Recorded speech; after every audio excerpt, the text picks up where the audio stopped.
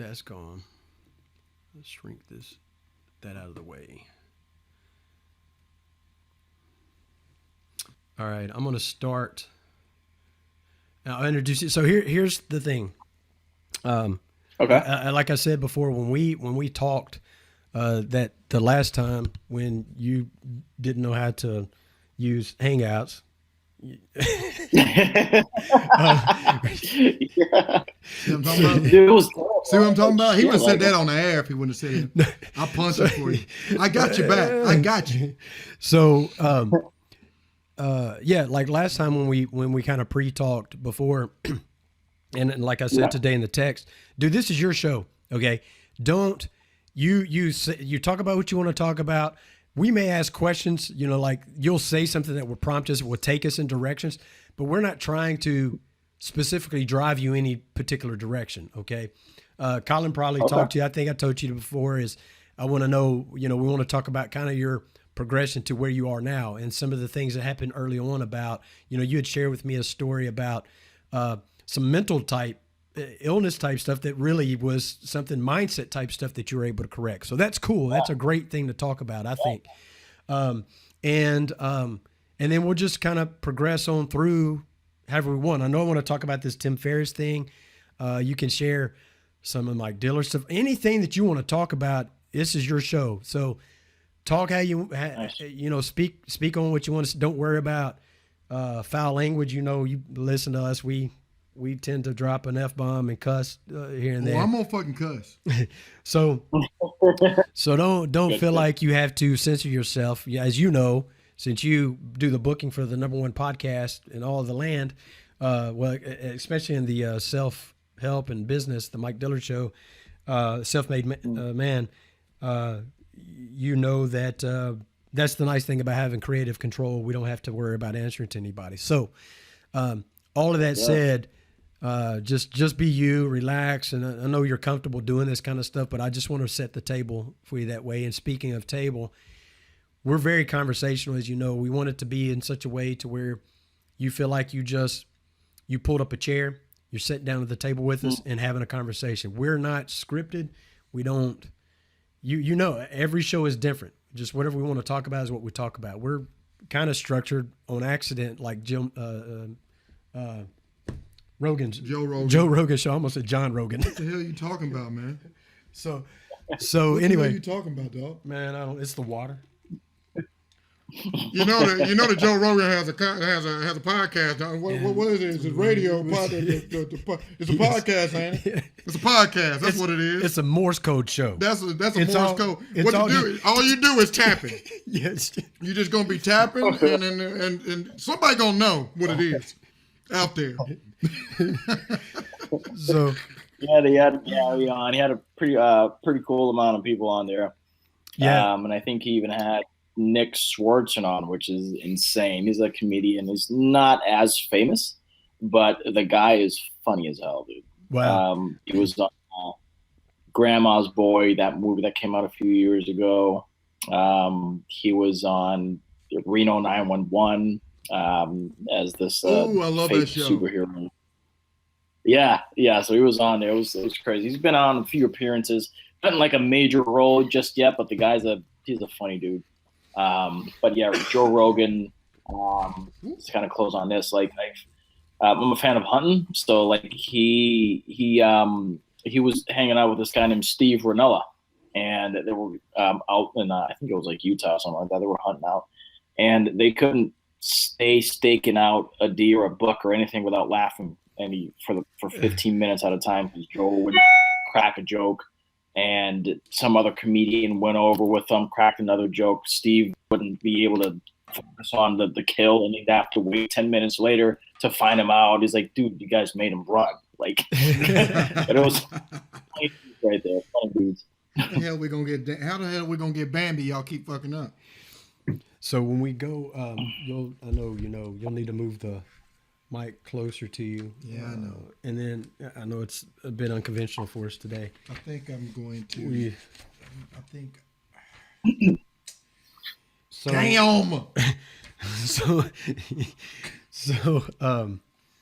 Man, you got me like Rosa Parks here, man. I'm over in the corner. I got a look. He got a table about this big. So they I got my coffee on it, and I can barely put my headphones on. Look how small my headphones are. So Patrick, look at that. I can barely get that and my coffee on the table at the same. Patrick Swayze said nobody puts baby in the corner. Well, I just did. I'm in the corner, man. I just did, motherfucker. Baby, Keep your ass in the way. Man, Rosa Parks. You blocked in too. You ain't going nowhere. Man, this is some bullshit, man. You try to take my pen? Oh, I'm gonna take your pen, dog. I cannot wait till you get on the other side of the table. Damn. God damn it. So okay. I'm gonna show you this table before you get off of here, man. You gonna see the table. You gonna get to see the table. Hey, at least you got a table. It may be the size of a Tic Tac, but it's a damn table. Man, I got a table. So, man. So as you know, this is what we do. So when we start, I'll introduce the show and then Colin and I do this kind of shit, have this kind of banter, and then we'll introduce the guest in. So that's how it's gonna go. I'm gonna start the broadcast and then play the music. Dude, I need to get Facebook up so I can share it on our page. This is the table I'm working with. Look at the table. Perfect. He said perfect. So you, are you connected to Wi-Fi on your phone? I cut the phone off. Okay. So you're not going to be able to share, that's okay. You know what I'm saying? Just make sure the Wi-Fi is off, and then go ahead and get to our page so you can share it to. I can just share it to your page. You want me to do that, or are you going to do it? You want to go to the page and share? Okay. And this, you already jacked that up. God, how did I jack it up, man? It's all turned. I didn't even touch it, dog. Man, you almost knocked it off. I almost knocked it off, but I didn't turn the thing. I'll smack the shit out of you, dog. You better be glad we got gas, man. I'll punch you in your motherfucking mouth, dog. I got a witness now. As soon as he goes off, I'm gonna poke you in your motherfucking eye. I'm gonna keep it live. I'm gonna keep it live streaming. hold you in check. Hold me accountable, huh? You know it poked me in the eye last podcast, don't you? That's all he's gonna be talking about in the next podcast. You know he poked me in the eye last time. I'm gonna press charges.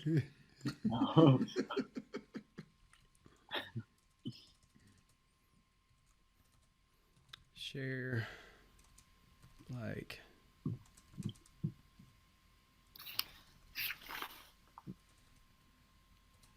He's like, man, what the hell did I get myself into? Yeah, he had no idea. Oh, I'm enjoying it, man.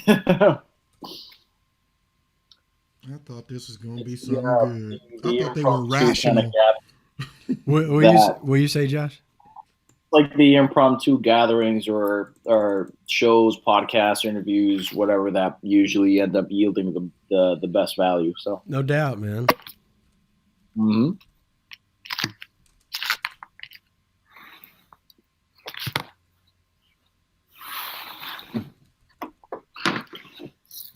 Shut my phone off.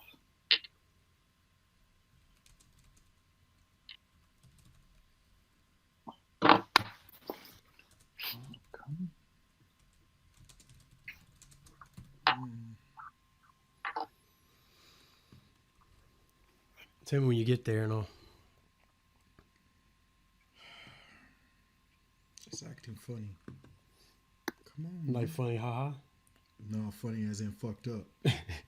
Why didn't you just say it's acting fucked up? Motherfucker, I use my language however the fuck I want to use it, and I'll punch you in your motherfucking mouth in front of this. What's this shit right here? What is all that? Shut up, dog. It's been that way for 3 weeks. No, it was peach fuzz the last time I saw you. I think that's glued on. Oh, well. See, now he's trying to burn on me. He's been over there working on something for the last 30 minutes. Why isn't it? Come on, man. You know that thing, ESPN, the "Come On Man" segment. That's what. Come on, man. Come on, man. Back up down right here. Okay, search. Man, it's running so slow. Why is it doing this? You had the Bluetooth will slow it down. You need to probably turn that off. All right. Yeah, that takes up a lot of resource. Look at see how it's like taking forever to. Come on, man.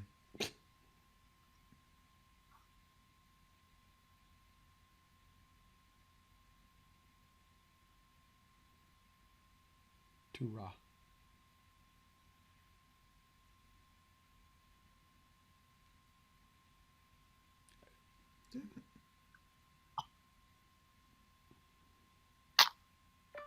Two rational bastards. Irrational masters. Motherfucker. Irrational masters. What is that? That's horrible. It is still in there.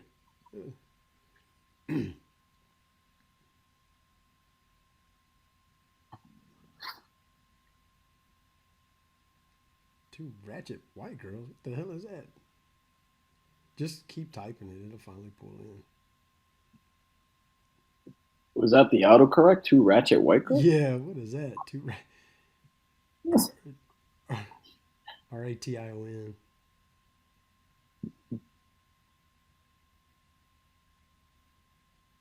Why isn't it coming up?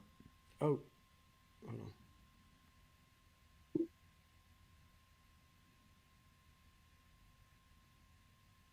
You should have it. What we'll do is get it saved to your I don't know. your save thing. Too radical general contracting. What the hell? I don't know. Oh man. Go to your, because you know this morning I tagged you in a post. Go to your main page and you'll be able to click on, because I put two rational bastards in the tag. Let me see it. Just take them.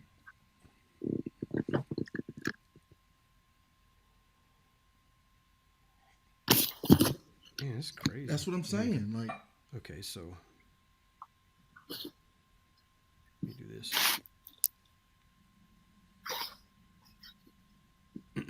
it never runs this slow.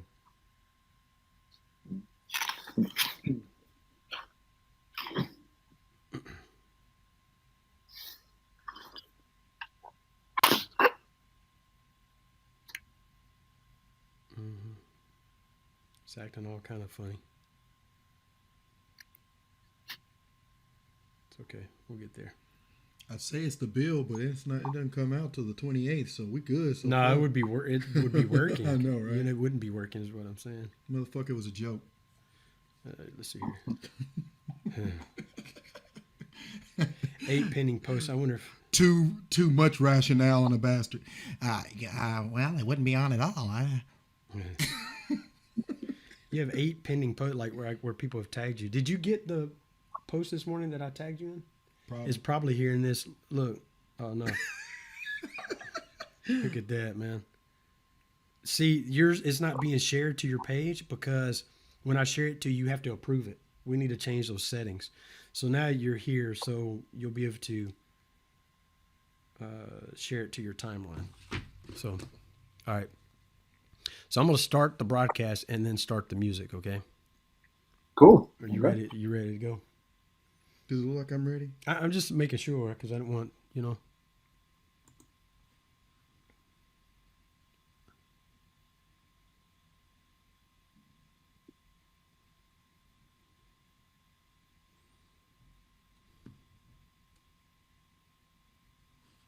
Hold on, let me do this.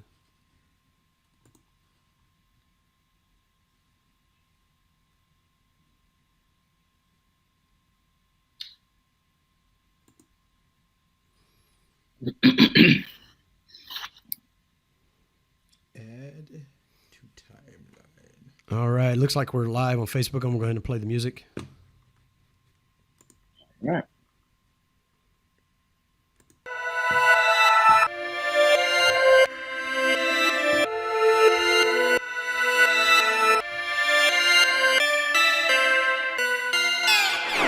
This is Scott.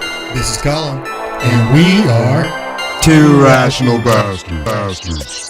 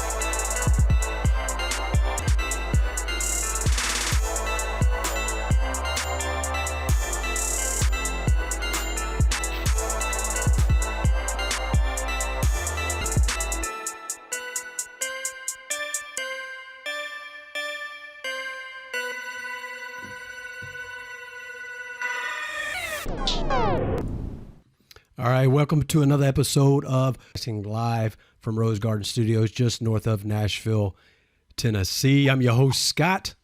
It's Colin. Colin, what's up, brother? It's been a week. We didn't do a show last week. We both had some things kind of going down. Tell me what's new, brother. Tell me what's new. Oh, nothing much, man. Well, what's new is I got this gum in my mouth. I gotta go ahead and take. You acting all new and stuff like you ain't never done this before. I need you to quit judging me. I don't appreciate the judgment. We have a guest today that's talking about meditation to get your mind right and prime and all these things. I don't feel good right now the way you're talking to me. I don't like that shit at all. So, I've been asking you this every week since it came back on. Have you caught up with damn Walking Dead yet? I ain't watched The Walking Dead. What the? I'm a fan of like binge watching. Like, I'm just a fan of that. I'll tell you something right now. I swear to God. And you can't talk to me until I binge. So man, whatever, man. Watch this. Yeah, forget you. You see, I got my pinky up. Yeah. Look at the class. Yeah. all class. It's St. Patrick's Day. So happy St. Patty's Day. This was an accident, the green. I really didn't plan it. You got quite a bit of Irish in you, don't you? We talked to there's a large percentage that we found out with my DNA. Well, I got a lot of African in me. I don't give two shits about none of that green or none of that beer. Yeah, but do we want to share what that you know what? We went to this seance. Pretty much. It was a spiritual circle, and she was beating on drums and doing a bunch of stuff. Oh my God! If she listens to this podcast, we're gonna be. Oh well. But you're gonna go tell Scott you was a Nubian prince, and you had a damn flying carpet and all kind of stuff. And then when she came to me, I was a gay. What was I had a cane. An aristocrat. Or an aristocrat. I'm like, but then she said in one of your lives that you were a slave. I was like, come on, man. Like that's too easy. Right? Like that's not being a medium. That's just like looking at the eye. Like maybe you were a slave in your past. Maybe I was just an old soul, man. Maybe I inherited my own things after I got on up there. I was just like, you know what? Dude, that's so funny. So we have a special guest we're going to bring in. It may look a little hitchy right now, but we're beta testing a new platform where we can bring our guests in split screen. We're going to be able to have the ability to have 2 and 3 guests on a time. And something else they're building out that's exclusive that always comment and watch the live stream. We're going to be able to have a green room. And what that simply means is we'll be able to send you a link. You can be in the green room. So if you ask a question, you say, hey, I'd like to ask it live too. Boom, we'll be able to pop you in on the screen. You can ask the question live. We interact. And then once we have the interaction, we can bring somebody else in. So it's a new way of kind of delivering our. As you know, we load this is on YouTube. It's streaming here on Facebook. And, of course, we have the audio podcast portion too. Any way you want to consume our nonsense, you can. So it's exciting. So let me show a tag on this wire. So look this at wire right here has got a tag on. Man, why are you over here? Damn. So it's St. Patrick's Day. Here's a little thing they gave me to use. Man, don't Patrick stuff up. It's going to take a minute. Of course, it won't work now. Right? I'm so good. We got one of these right here. Oh, you just. Oh, look like gold. Oh, my pot of gold. Conor McGregor. Conor McGregor.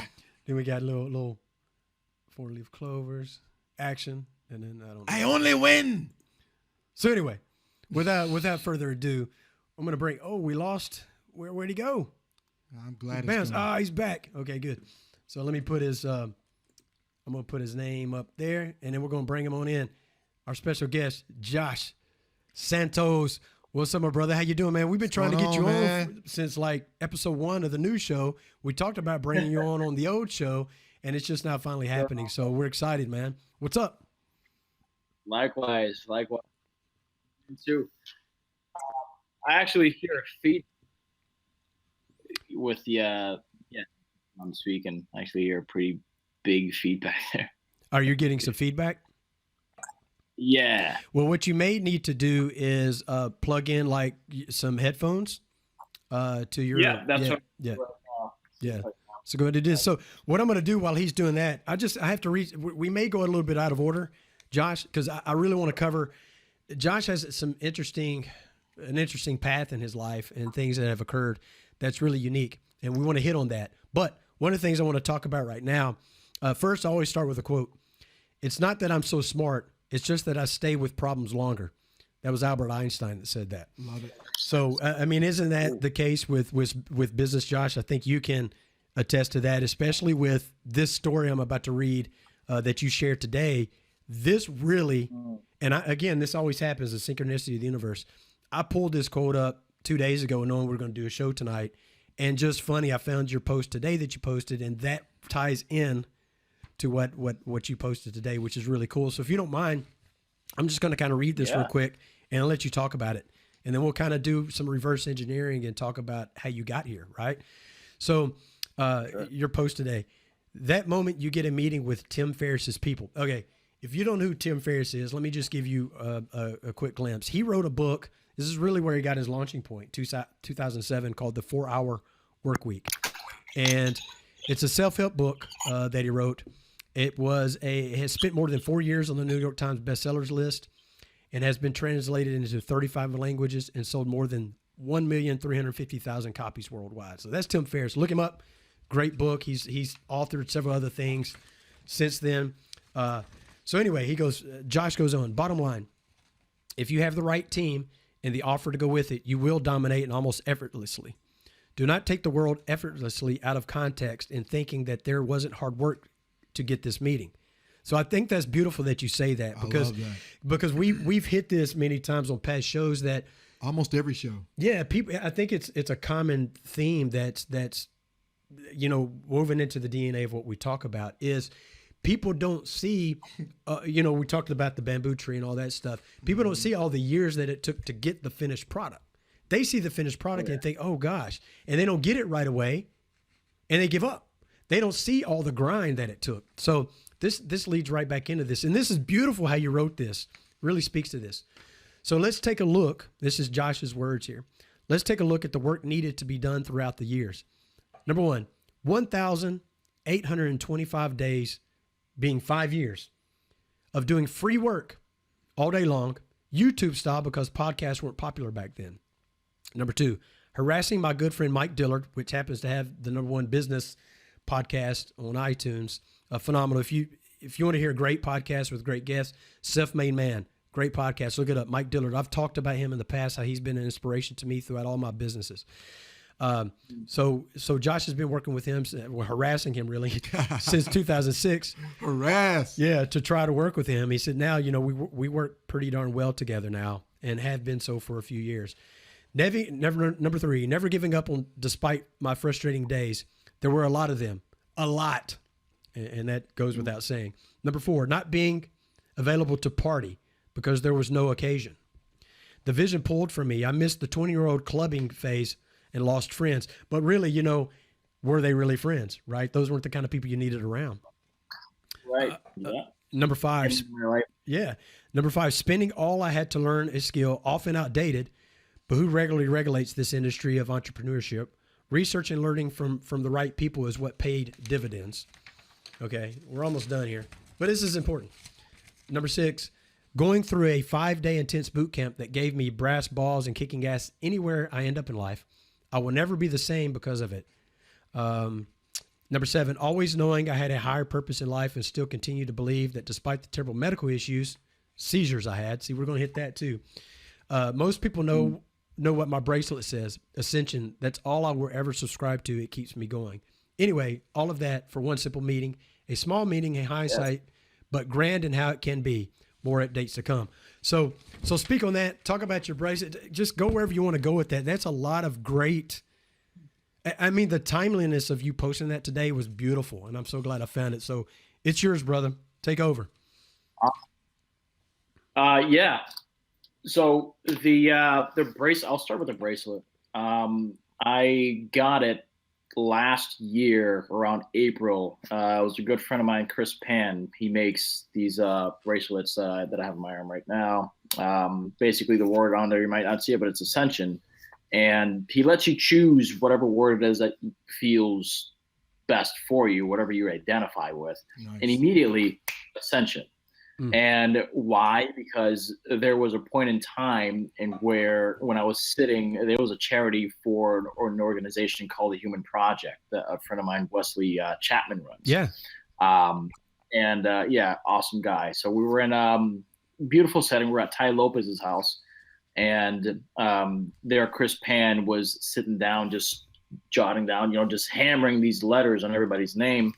And then I just remember myself like a year, maybe 2 years ago, I was like, man, I'd never in a million years think that I'd be here sitting in this 16,000 square foot home with amazing people raising money and, just celebrating the fact that, we can help these kids, and culminating into building what they have now, which is the human camp, which, all these kids go out and they just kind of desensitize themselves from the whole abuse and that whole pattern that they've been around for so long. They just kind of just be themselves, and so that was insane. So I decided to go with Ascension, not only because of that, but because of what my future entailed. I was like, so what is it really that I want to have in my life, not just now, but later on when I have kids and a family and a home and whatever, an estate, all that stuff. I was like, I'm always going to go up. My soul's going to want to get, and that's just the bottom line. And the more that I feel that, the more success comes, the more I'm going to feel that's just going to be that burning desire. So it's this word here is kind of the semicolon to my life. It's always never ending. It's that period, but then there's more. So that's what I figured. I was like, that's just 100% who I am.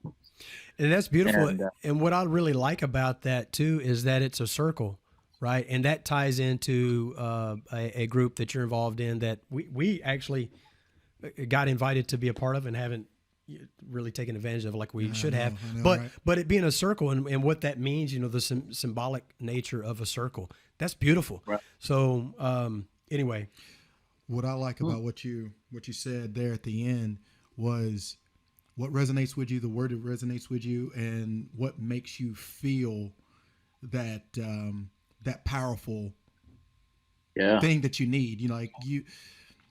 A lot of people don't realize your feelings and your emotions kind of steer you in the direction that you're trying to go in. If you're talking about your outcome, if you're talking about your true outcome, and yes, you have to be vulnerable. You have to be willing to be uncomfortable, but you have to tap into that feeling that is the anchor. And when you said that really resonated with me.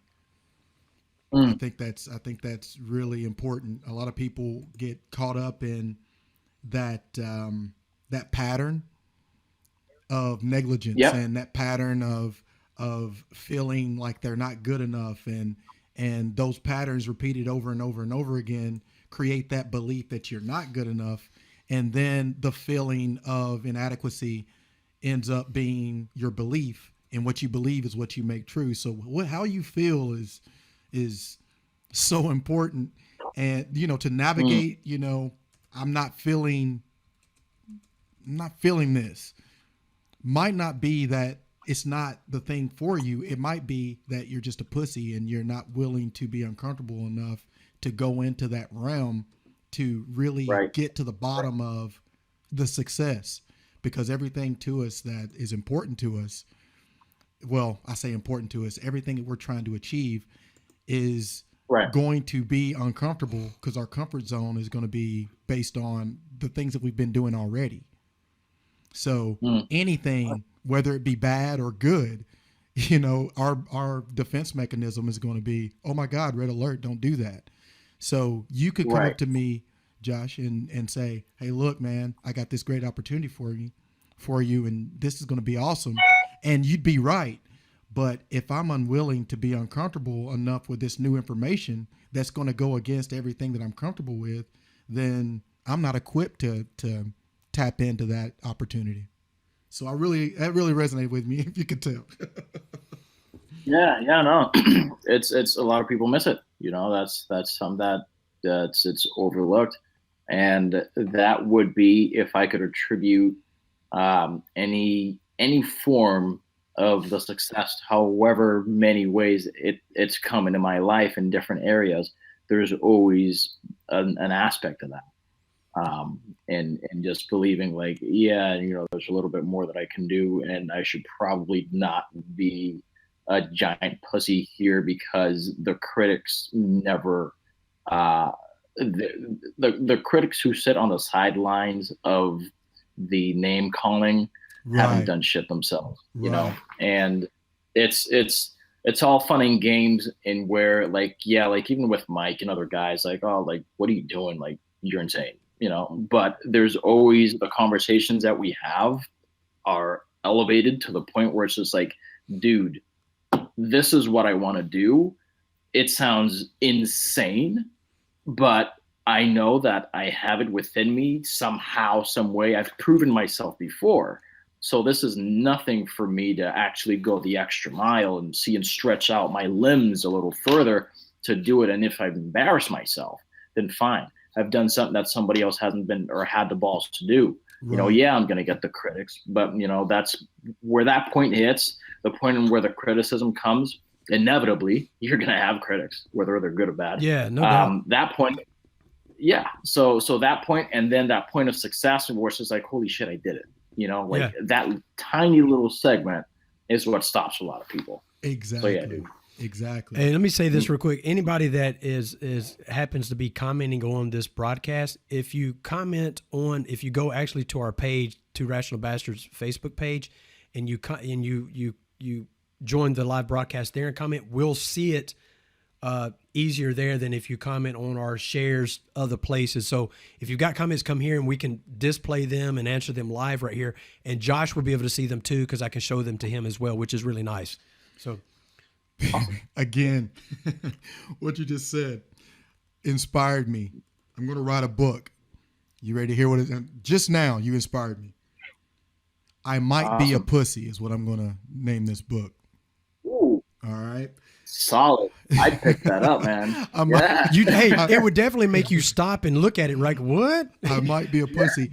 And the reason why you inspired me is what you were just now saying is a lot of that holding yourself accountable for your own discrepancies. We spend our whole entire lives making excuses and co-signing the stuff that's keeping us from that success. And I hate the word success, because you're successful as soon as you're enlightened, as soon as you are on the path of understanding, and that can come in many different ways, but financially successful. So you have to be willing to go in and do a lot of shit that you're not good at, and a lot of things you don't like, and a lot of things that are very elusive to you. Like, for instance, Scott and I, I'm not going to shamelessly plug or anything, but Scott and I, we do everything together. We start and stop businesses together. We've been doing certain things for years, and we started a new thing, and it's so funny because the motivation that you get when you first hear about the thing, like if you shared that great idea, Colin, there's a pot of gold, and all we got to do is I got a shovel. All you got to do is go buy a shovel. That's motivation, but motivation runs out. You have to be inspired. You have to have something that anchors you to that thing that you're going to be doing, because that motivation is simply temporary. That's the problem. Right. And I mentioned the vision pulling me, and where, like, when you had tough nights, that vision, if it's strong enough, it's going to pull you. You have no choice almost, Well, exactly. It'll bother you when you don't work towards it. And it won't sit with you on an ethical level, and that's obviously inherent, kind of an inherent aspect of us, and where we don't want to feel wrong about something that we're doing that's going to benefit us at the, like, we want to, like, shit, it's like, it's kind of like going to the gym. It's like, I should probably do this. And if it's strong enough, dude, that vision is going to pull you into action. Just like gravity, you really want to do. It's a great example. Yeah, like gravity. Go ahead. Excuse me. That's what I meant by I might be a pussy, because 9 times out of 10, if you're motivated, you're going to puss out. You know what I mean? You're not being that gravitational pull toward that thing isn't Right. there. And you've got to make sure you anchor that very sternly. And that's why I'm so fascinated with you. I'm like, you had all these obstacles and you were able to create that gravity despite all this repetition of, you know, all the things that you had to go through. I don't want to speak on it for you. Yeah, tons of things. Because I know you. I don't want to. Scott speaks for me all the time. I'm not going to do it to you. That'd be hypocrisy, right? Now expand upon that. Expand upon that, Josh. I like, you know, where this is going. Expand upon that. Yeah. So I was, you know, as far as like the things that I've kind of had to overcome to just be on the right mindset to, let's like go way back. There was a point in time in where I would, you know, I was diagnosed with PTSD. And it was due to the depression, due to my thought patterns, and a culmination of all of that together. So mindset, right? It's mindset. Yeah. Yep. Oh yeah. 100%. And all my intent at that time, and like the language pattern that I was using, the people that I was hanging around with, which weren't much, but it's insane how big of social creatures we are. If you hang out with minimal people, 1 or 2 people, but if they're like the worst people for you, you know, like that's going to change the course of your life completely. Whereas if you hang out with a ton of people, they can be a pretty bad crowd. Yeah. But you may have some wiggle room. It's kind of weird how that works. And where like you get a little bit more opportunity to figure yourself out. For me, I was very, and still am pretty introverted, but I hung around with people before that weren't really aligned with where I wanted to go. So then I started seeking that kind of mental shift. I'm like, all right, so if I'm trying to go here, where do I find the people who are at least at a parallel? Yeah. Maybe not the same industry, but have the same mindset, read the same books, have the same habits, this and that, health wise, mentally, all that stuff. So because dude every night because you know, we've heard this and we talked about this. Success leaves clues. So if you can follow those clues and get around this, there's a reason why Mike Dillard is hugely successful. He truly has the heart of a servant. I mean, if you had any small amount of Facebook interaction with him, or if you've been on his email list like I have for all of these years, he's very humble. You would have no idea that he's built 2, $30 million businesses and things that he's doing. He does, he races vehicles. He drives whatever he wants to drive. He is so humble and kind and generous. I mean, he gives away so much great content that you could build a business on just on his free stuff. So being around people like that, again, success leaves, clues. So Colin and I talked on this yesterday. We had an hour and 20-minute conversation on a particular individual. And I said, I have a hard time with having people in my life that are whiny and make excuses. Oh, and here we go. Well, I'm not going to call the person. Josh. I'm not going to call the person out, but I he said you were brash, but I loved it. And it's like, I had to be that way to get that negative energy out of my life, because I want to spend my time around those people that force me to grow, that force me to be better, and that inspire me. If I'm not doing that, then I'm stagnant. I'm not growing. So Colin challenges me all the time. And I would say last week I was jonesing because he was out of pocket. Right. And I got one text from him. I dip, man. Yeah, he dipped out. I dip on him. And that happens. When we do that sometimes. We go into our, mental dojo and create, and it's not whatever. It's not offensive. It's just, I go into a cave. You do it too. Yeah, but I had a lot of stuff last week that just happened that I was like, I got to share this with my brother. I zagged on him. And he zigged and zagged on him. He was Osama bin Laden in me, man. And but this time he's still alive too. He ain't in the water. So anyway, so yeah, that just speaks on that. continue on that because your mindset. You wanted to add in. I want to hear. Were you more. going to say that? Yeah, I want you to continue. I didn't mean to cut you. You're off your thought process, but where you're going is beautiful because you're talking about your transcending a diagnosis on what people wanted to label you as, and you came out of that. So speak on that some more. And it's also a synchronicity of mine, for me. So you're really resonating with me, So I'm interested in to hear. I'm interested to hear more elaboration on that. Yeah, dude. So there's I guess going forward into stepping into this new realm of mindset, and where like you hear the positive side or two sides of the coin in this industry. You hear that, oh, those are the woo-woos of the industry that, oh, think positive and it'll come to you. And then, there's the other side of the coin, and where I don't know where to turn, like there's thinking positive, but then there's a missing piece of the puzzle. The ones who knew, the ones who actually had results did say like, yeah, you got to do a lot of shit though, and they were straight up with you.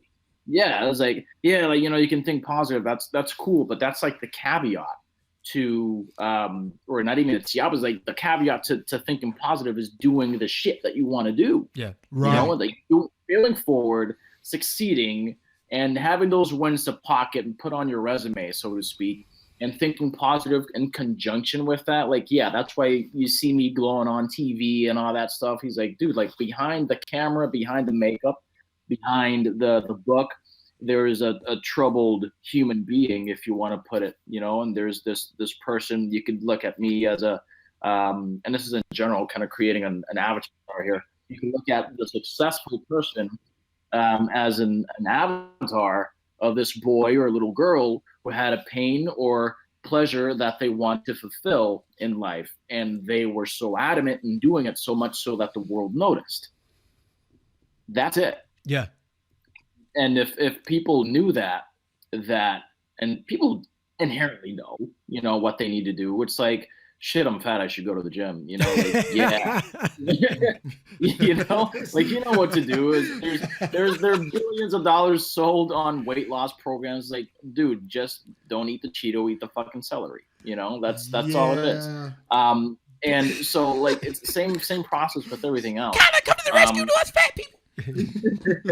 There's just so many things that are obstacles that people would put in front of them. Exactly, Wade. Put in the work to get in the results. So yeah, like there's so many obstacles that and like little blocking kind of mechanisms mentally that people put in front of them to stop them from doing whatever it is. It could be the smallest thing ever. Like I should probably get up at 5 this morning, but I'm gonna hit snooze. Well, let me ask you. Yeah. So your background is you're massively wealthy, right? So as far as the that realm, there's some investing, some advising, a whole bunch of things, and just looking at companies, trying to help them grow, raise capital, have someone in their advisory board. Well, I'm talking about before that. Before, yeah, I'm talking about. So your background, like your childhood, you were super rich, like Richie Rich, like you have a dog named Dollar. Never, man. And you know what? Here's the deal. Like, I don't want to take any shine off the people who were born into a massively wealthy family, figured something else, and you know what? Like, I want to work for my own and make my own money type of people. Those are the ones that I respect. But for me and for most of us, hell no. Like we started off from nothing. I couldn't rub 2 dimes together. It was that. I respect you. It was, and yeah. Well, that's why I respect you more because y'all ready? Y'all ready to sing with me? Yeah. Started from the bottom, now we're here. Started from the bottom, now the whole team fucking here. The reason why, dude, it's because. I really appreciate that. That was awesome. You know what? Like my mother noticed what I was that, thinking. My mother says that here and there, and it's funny when she says it. Hey, by the way, while you're saying it, 'Cause his mother is a beautiful soul and spirit, and she's a beautiful woman. You should.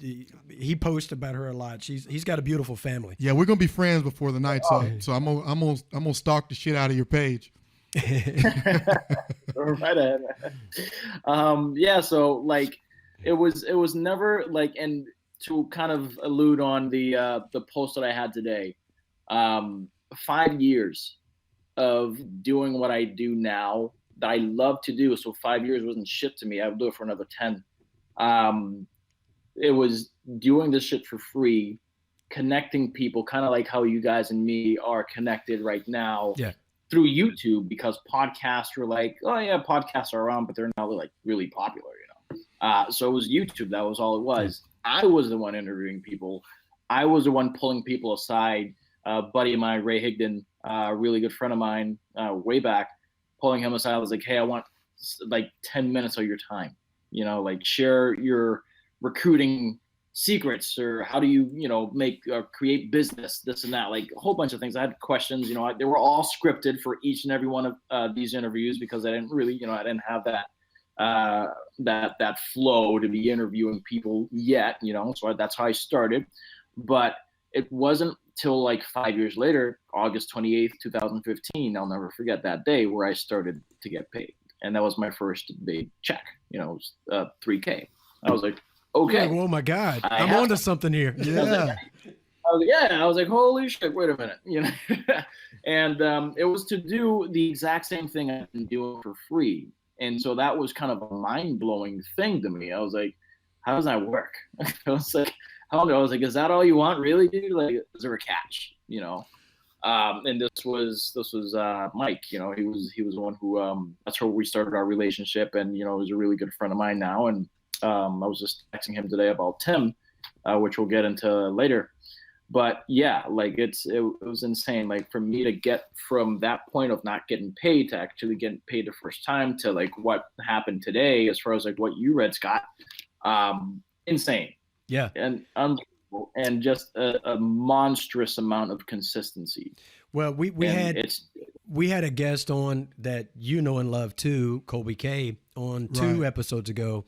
And he was the one with the baby in the park. Yeah, it was great though. I mean, because he was moving, and when we talk about motion creates emotion, and he really was into it. Of course, you know him, Josh. I know him, and he's full of energy. He was watching. Not sure if he still is. He commented on my personal page. I told him to get his ass over here so he can interact here, and you could see him and all that. But anyway, you know what a lot of people don't know about Colby, you know, he comes from the tech world and all that. He worked the corporate world and all that, but he started a lot of businesses that's failed. Mm-hmm. And finally it's about, and he talks about this all the time. You follow Colby, if you go to his page, you're never going to see anything that's negative. It's always going to be something that's motivating, that's going to uplift you, to make you feel good, or it's going to make you think a little differently. Right. He's the king of doing the Facebook Live things. He's one of my first friends that really started using that a lot, like just going live every day and having motivational stuff. Anyway, I say all that to say this. One of the common themes that he talks about in any of his stuff is about consistency and just sticking with it, because he finally had a breakthrough, and now he knows the formula to success. It's a whole bunch of things. It's mindset and a bunch of things. But it's the consistency, though. It's the consistency. So anyway. Well, that's there's go ahead. The 5-day event that I went to, that I also mentioned on the post today, was I went in there thinking that I was going to get a whole bunch of business tactics, and came out of it learning to, you know, I don't want to get off topic, but it was like, all right, so Josh, there was like some self-love that I had to do. It was like, right, that's number one. Right. And then you get everything else. It was like reverse engineered. I was like, holy shit, you know?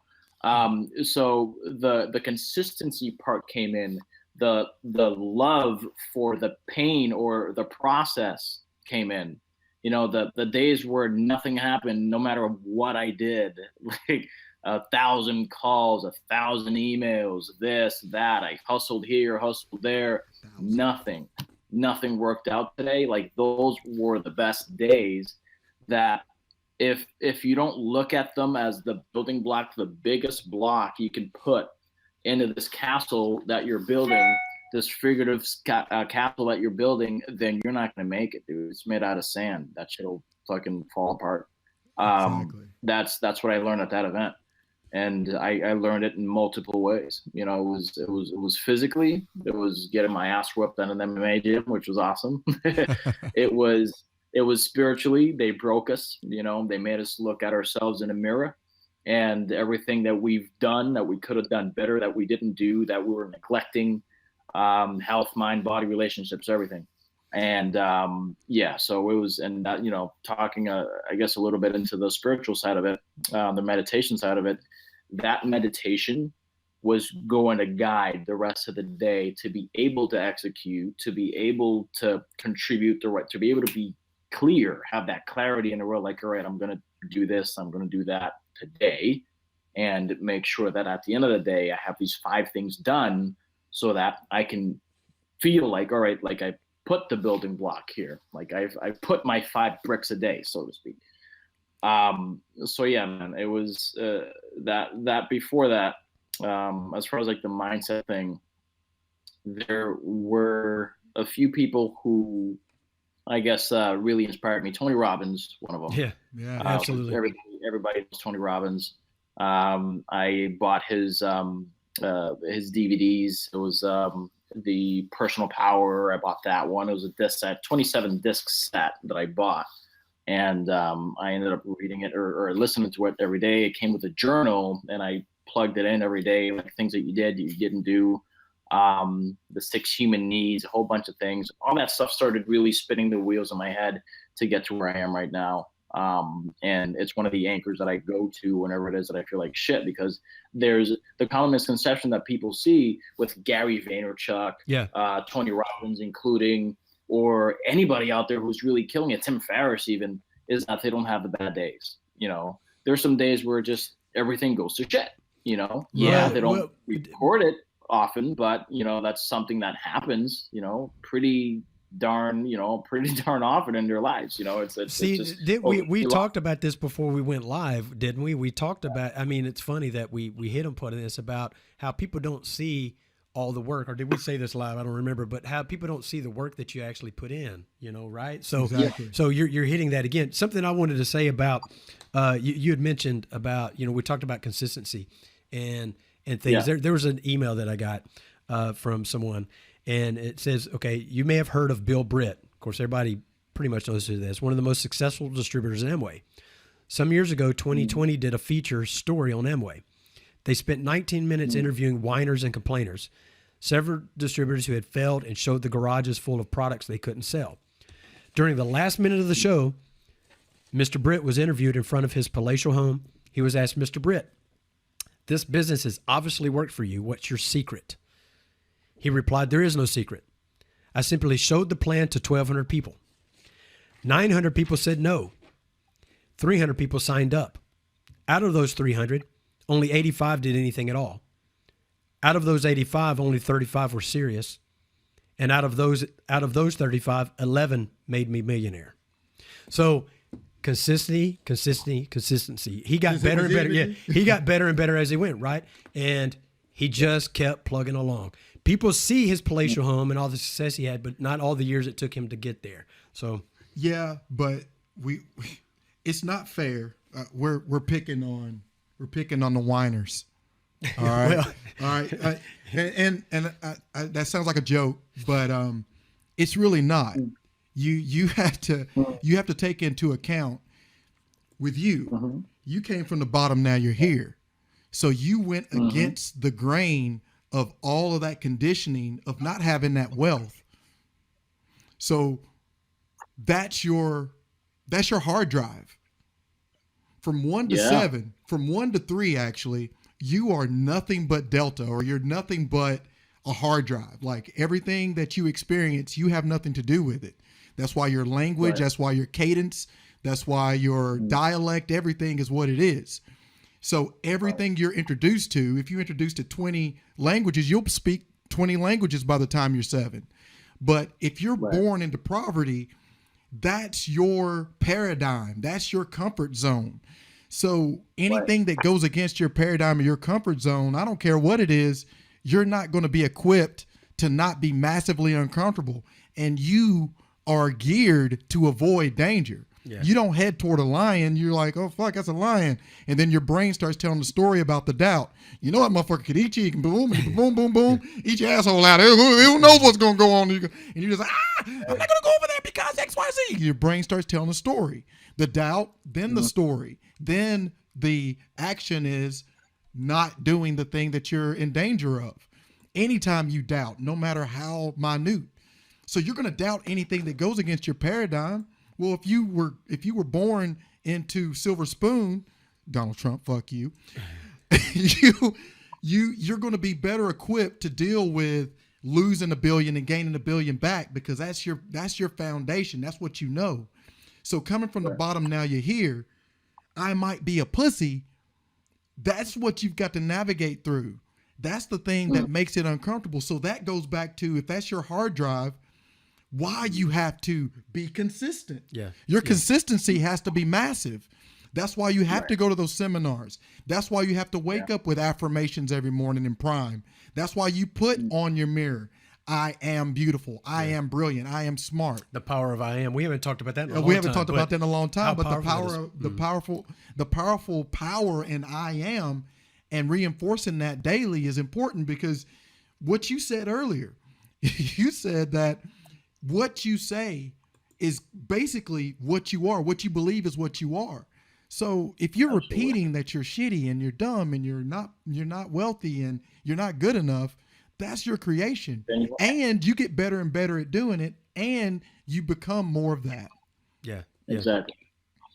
So that's why I'm fascinated with you, man. Like, that's why I asked you. That was it was a loaded question. I was just like, I was hoping that you didn't start out with wealth, not because I wouldn't respect you in what you've done, but it's easier to kind of look at someone who's already been there and done that. And you've got the what you need to do, but you have the behind the scene things. How do you reprogram that hard drive? And if you don't reprogram that hard drive, you're going to be a pussy, and you're going to be a whiner, and you're going to make excuses, no matter how brilliant, how amazing, how incredible the opportunity may be. Look who decided to pop in. I see Kobe. What's going on? What's up, Kobe's ass? What's up, K2? What's up, baby? Glad you came in here, man. We talked about you. I don't know if your ears were burning or if you heard it, man. We talked all about you a minute ago, brother. We tore your ass up. Yeah, man. Yes, he is, man. Yes, he is. Yeah, man. It's for me, like, as far as, I guess I can talk more about how I differentiated myself from the guys who did and the guys who didn't, for whatever reason.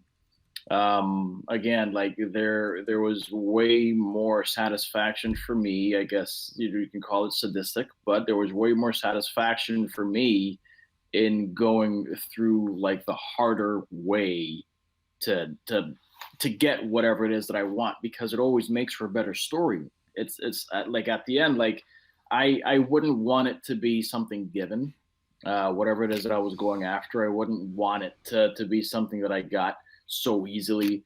There's never content for that on a show like this. It's like, so that's it. He got that and done. Like, okay, bye. Like, there's never the context or rich the story of, like, how you struggled to actually get that, to pull it by your teeth. That's why I'm, like, super grateful what you alluded to. Grateful that I wasn't the kid who was, like, with the silver spoon and had this and had that, because there was an element in where my mindset at the end was, or in the beginning, was shitty, and I had to figure that out. And then I also had to figure out how do I get what I want now that I have that positive thinking. Great. Now, like, how do I put it into action? How do I hone into my skill?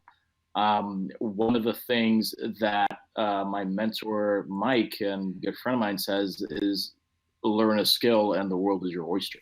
Yes. Just learn that skill. His skill happens to be sales and copywriting, and that earned him what he's built today. And, fueled by his pain and pleasure points as far as, like, what he wants to create in the world. It's created massive change in the world. Right. And he has the organic company coming soon, which is something that I'm looking forward to and getting updates here and there. Yeah, he's But- got that, and that's a huge project he undertook. I mean, the amount of financial things he backing had to put it his own to make this happen, man. Yeah, It's his unreal. own money. Yeah, it's unreal. So it's pretty, yeah. So when you're a guy like that and you're putting your own funds into it, like all chips in, like Well, yeah. he has this belief that this is going to change the world. I do too. I'm like, you're competing with the supermarkets of the world, dude. Even Whole Foods, So I'm 100% behind him, and that's something that because of his ethics, because of who he is, and he's never changed or skipped a beat since '06. The first time I met him online, like, he's been the same dude. He's never flipped and flopped. I'm like, this is someone I need to stick around. Right. He's never. Yeah.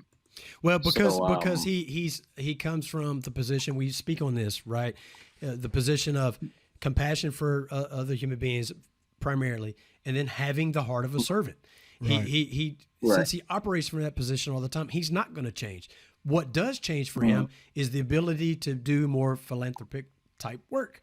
So it's opened him up to be able to do broader things, right? And those are the kind of people that deserve the massive success and wealth and things, so that they will do things like this thing he's creating, this food thing. I mean, I don't know how much we can share on that, but what he's doing with that is really going to be a game changer for a lot of people. So anyway, If you don't have compassion for whatever you're doing, it's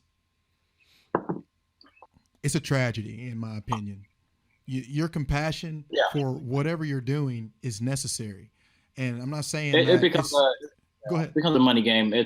It's what Gary what he said stuck with me. It's more important how you make your money, not how much you make. exactly. I love that quote. Yeah.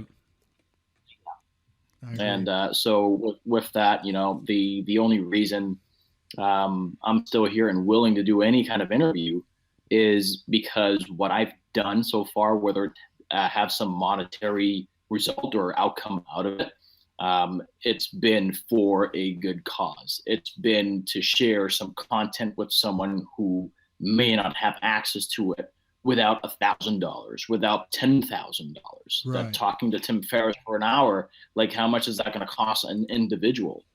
We have no idea, whereas, there's access that money has given us, or like by working hard for it and being consistent, that now allows me to spread that kind of ripple and impact as much people as I can. I remember, I'd say a couple months ago, we crossed 1 million downloads for the Self-Made Man podcast. Wow. Little like mid 2016, a little close to the end of 2016.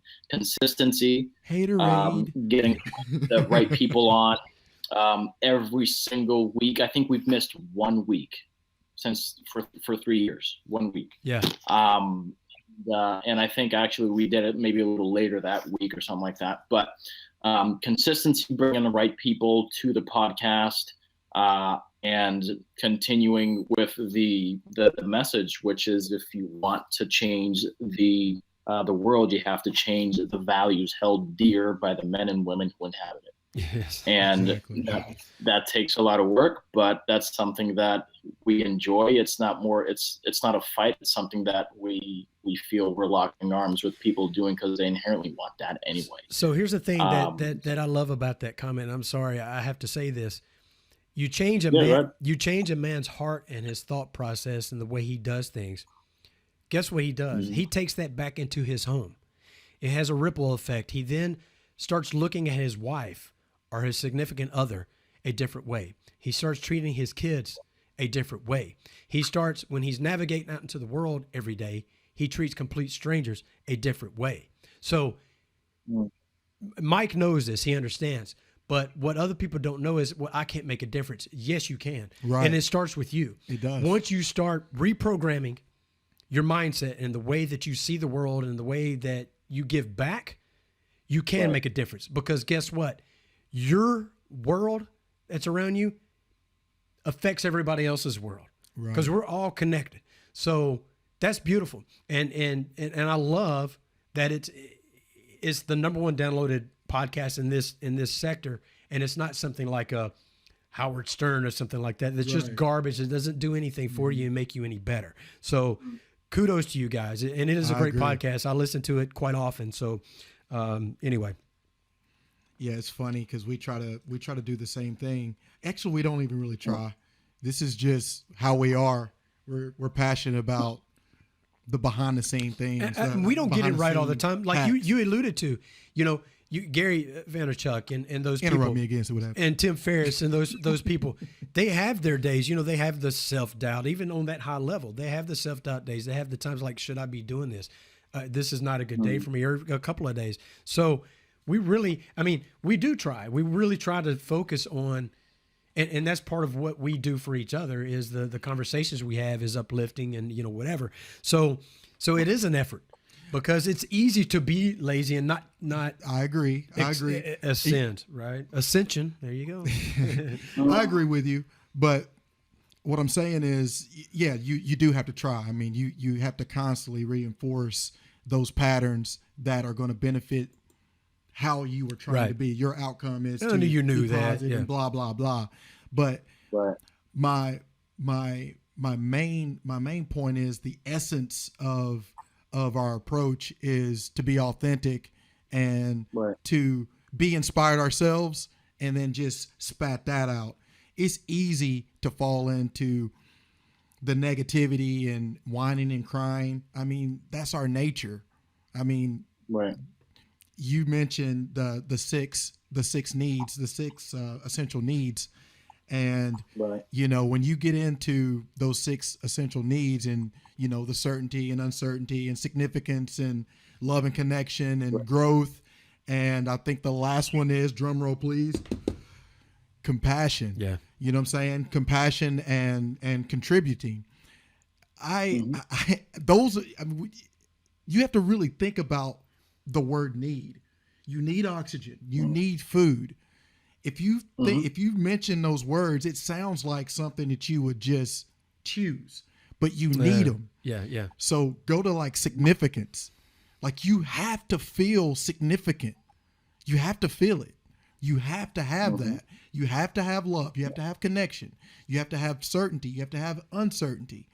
So it's easy to fall into those traps and, significance, get on Facebook and go for a like instead of getting out there and grinding like you're supposed to be doing right now. You know what I'm saying? Right. So yes, it is work, but you have to be passionate about something and then take that passion into your creation. Yeah. In my opinion. Yeah, for sure.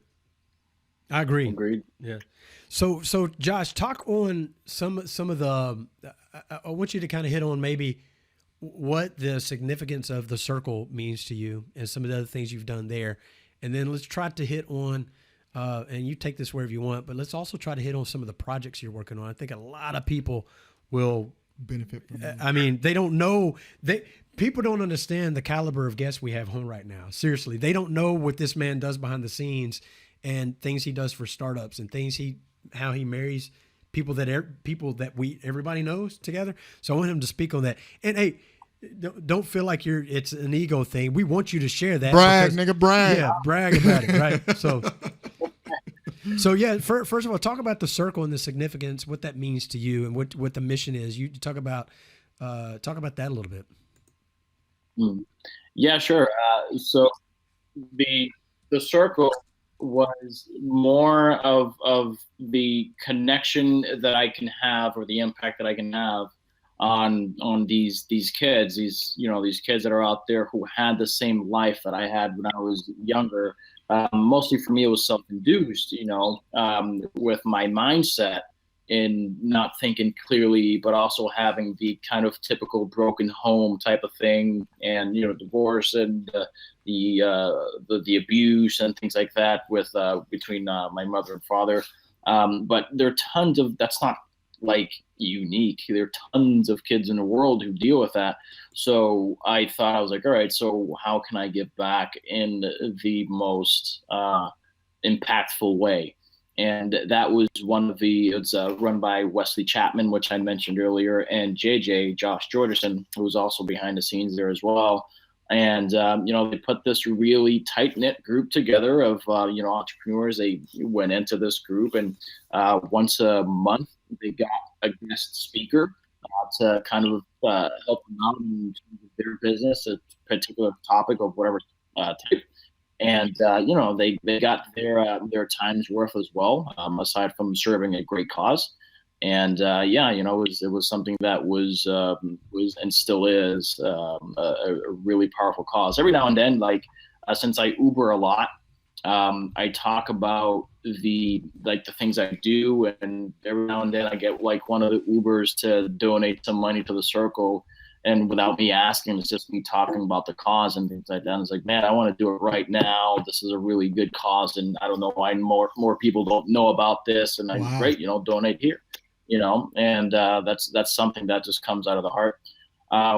Aside from that, the things that I'm doing on the side right now, in terms of the startups, have been insane. In how quick they've risen and how quick I've been able to connect a few people. Are you able to? I mean, are you in a position where you can share with some of the people you're working with, or is it still kind of in the works where you can't talk about it right now? If so, that's figures, cool. Yes, yeah. The names of the companies probably not. Okay. But the as far as the last company that very first company, actually, that was my big kind of win. And for me, it was just okay, I have a talent here too. Shit, it was the reason I knew Kevin Harrington. I'll just say, one of the guys I'm working with on that on a consistent basis. From Kevin the Shark Tank. Yeah. From the Shark Tank. Yeah. From the Shark Tank. So I've become really good friends with his son, and then I've had his father Kevin on our show on Self-Made Man. Became good friends with him, and we were on the phone with one of these clothing companies out in LA, and pretty simple call. I didn't really think anything of it. I was like, all right, and then an investment was made. I was like, shit. I was like, okay, so it followed up via email and this and that. I was just it was like my baby at that point. Once the phone call was done, I was like, now I have to continue the follow-up so that these guys, meet when they need to meet and all that stuff. I was just kind of overseeing the whole thing. And, there was enough interest for them to keep moving forward. And the advisory board thing happened. I was like, okay, so now Kev's part of their advisory board, which is awesome. So this should be appearing on some pretty big name magazines like GQ and things like that. So that's something that's going to happen, I'm sure, later on this year. The second company I worked with was a tech company, and they were sort of a customer discovery platform. There's about $500 billion that's wasted in marketing that doesn't work collectively with every company out here in the U.S. alone. And I think I've spent $499 billion of that myself. I swear it meant so much crap that doesn't work, right? Yeah. It's crazy. And so that company's job is to mitigate against that. They've found a way.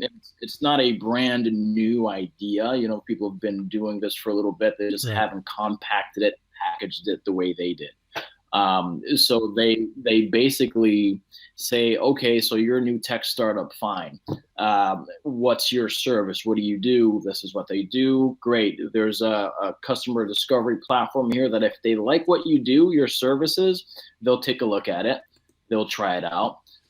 They'll be a customer, this and that, and they'll critique you on what it is that they wanted to happen, what it is that could improve, what it is that they wish would happen. And on multiple occasions by multiple people critiquing your company, same demographics, same age range, mother or married guy who's 30 to 35 years old, living in so-and-so state, things like that. It gets really specific.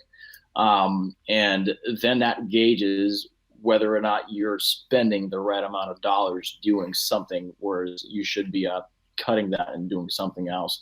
A lot of the times you see that on Facebook with the Facebook ads. It's like, dude, no one cares about that. Yeah, right. And yeah, so like you'll see the ad taken down about a week later when they figure out that their ad dollars are wasted and they have like 2 leads. But there are tons of companies out there that they've spent so much money, so that's their job, that's what they do. And a third one is a lighting company now, and where it's just convenient. It's all convenience for this type of company. It's you power your turn on your light and turn it off while you're out, and when you're coming back, if you just want to turn it on before you're turning the corner into your driveway, you can do it off your phone. And all established. The product's already done, and it's basically an advisory board that they're looking for, and an investment, into spreading this into North America completely. And that's something that I'm working on as well with Kevin and a couple other people as well. That if I say their names, you'll definitely know who they are. Right. But, Yeah. He said if, so that means he's not going to say him. Yeah, he's not. But again, if you were friends with him, you would know. There's things that he shares. He'll drop little things here and there, so you know what I mean. So subliminals there. Yeah. So it's, You need to just tell us what it is. Tell us about it now. So turn into the old black man on the porch. Tell us now. Yeah, what's going on? If I like doing the subliminals because it's if you know me and my story and where I've come from or how much I've worked towards something, then the subliminals are almost see-through. It's like, oh, he's talking about this guy, or he's talking about that project, right? And that makes it even a little richer. It's like, okay, so there's a lot of thought that went into that post. There's a lot of work that went into even being able to put that together. And then there's the things that I can't say at all, which is right. Otherwise I'd have to sign NDA forms and all that stuff. But think about that too. Back, you go back, you reverse this, and you look, and could you? You set your mindset, and we talk about how you think these positive things, and that's supposed to make things come in to be. But even with all that, no matter how well you've got your mind set correct, there's no way you could have imagined you would have been where you are now. The right, how it's come through the progression. It's just amazing, right? Looking back on your 18-year-old self, 15-year-old self, you're like, oh my God, I'm here. I imagine I could be something like this, but wow, right. You know what I'm saying? So it's pretty. It's just amazing, and it's all about. We talked about the consistency part, so for sure. When I was 18, just to kind of recall, I was a guy with the pants sagging, and really the big T-shirts, that oversized T-shirts. The Black and Mild cigarettes, and no way, I couldn't imagine. Let's see what else. I had my tattoo that I was showing off. Let's see. That was me. That was my life. Yeah. Well, because you were seeking your identity and validation for something, right? And you didn't know that was all external stuff. It meant nothing. So, and that's the problem you see a lot of times with not like gang members and things like that. It's just they really don't know. They're scared to be vulnerable and try to figure out what's going on, and they don't have their own identity, and that's the way they feel comfortable is having taken on somebody else's thoughts and ideas and identity. Well, if you don't know how to do it healthy, you're going to get your significance any way you can. Right. So you're just going to do the best you can with or without the knowledge. You're going to do whatever it takes. The best thing I got out of the 5-day event, it's with my brother Raul Velasquez, who runs the Next Level Experience. He put this event together for me, and he told me about it. He was like, "Hey, Josh, I invite you to go. I'm not married, which is it's an event for married men typically. 26. You know, I was like, I don't even have a girlfriend. I was like, I'm not looking in that realm just yet, because it's work mode for me and grinding. Well, and you so speak on that. He's like, hey, listen. So these Josh posted. Go ahead. Josh posted. I'm sorry, I'm going to share it. He Even just without interrupts, asking man. He don't give a even fuck. without asking you. Go ahead. That must be yesterday. He posted. He forgot. He had booked reservations, set the time and day up, had a date, went home, forgot all about it. And he had talked to somebody earlier in the day about a date. He still forgot about it. So Wow. I did. It was bad. I was like, That's holy hilarious. crap. I was like, all right. So then there were some people commenting on there. It was like, so either the level of importance of the date just wasn't there, which, yeah, you know, it was definitely true. So like my mind went into the things I wanted to do. Like, oh, I want to get this out. I want to get this email out. And my mindset was already fixed on that for the rest of the day. Like I got a call from the restaurant, like, your reservation, what's going on, dude? I was like, what are you talking about? Kind of an hour away. I was like, so it's probably not gonna happen. And then I got a text from the date saying, what the fuck? I was like, oh shit. So that was pretty bad. But bad, man. yeah, it was That's bad. Kind of reconvene next week sometime, and I'll tell her all about what the story was. I'll just say I got hit by a bus, and no, but so that explains what happened last week with the chrome and everything. Oh, a couple weeks ago. Like, no, that's the excuse that you said last time. I remember that one. Yeah. But yeah, no, it was definitely you know, the level of importance that you place on things, and this is what people just forget or procrastinate. You know, the level of importance that you put on things. You know, that's just it. If it's not important to you to, I'll give a very drastic and dramatic example. If it's not important to you to see to it that you see your baby born, then you're not going to get up at 5 a.m. to drive your wife to the hospital. You know, just as much as if it is, it's not important. Or as far as like importance, if it's important to you, so much so to get that, I don't know, PlayStation console before it gets sold out on GameStop by 7 a.m, you're going to be there camping.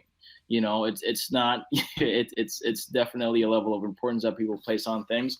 Unfortunately, and I apologize to her and everything, you know, unfortunately that wasn't a level of importance that was high on the totem pole for me. But it's good that I recognize that. You know, because leading back into the event that I got out of, the very best thing that I got out of it is knowing who I am and what I'm capable of and what I shouldn't focus on because it won't serve me. Whether it's being with a specific crowd, whether it's doing a specific thing anymore. And yeah, it hit me like a ton of bricks every single day, all 5 days of the week. It's like, shit, I know who I am, or okay, I'm not doing that because now I know who I am. I figured this out. I've anchored this new Josh into me. I can guarantee you that the meeting with Tim that I set up today it's going to be on Monday. It would have never happened if I didn't know who I was. Yeah. If I didn't know how to speak with conviction in the projects that we have going on.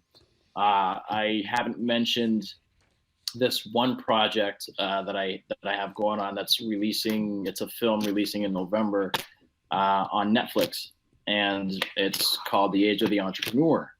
And so we have all these guys and gals, entrepreneurs of all walks of life going on there and just speaking about the myths and their stories and becoming entrepreneurs, kind of how I'm doing right now as far as like the difficulties and the perks, if you will. And it's something that I would have never been able to do had I not gone through experiences like I went through past October, you know.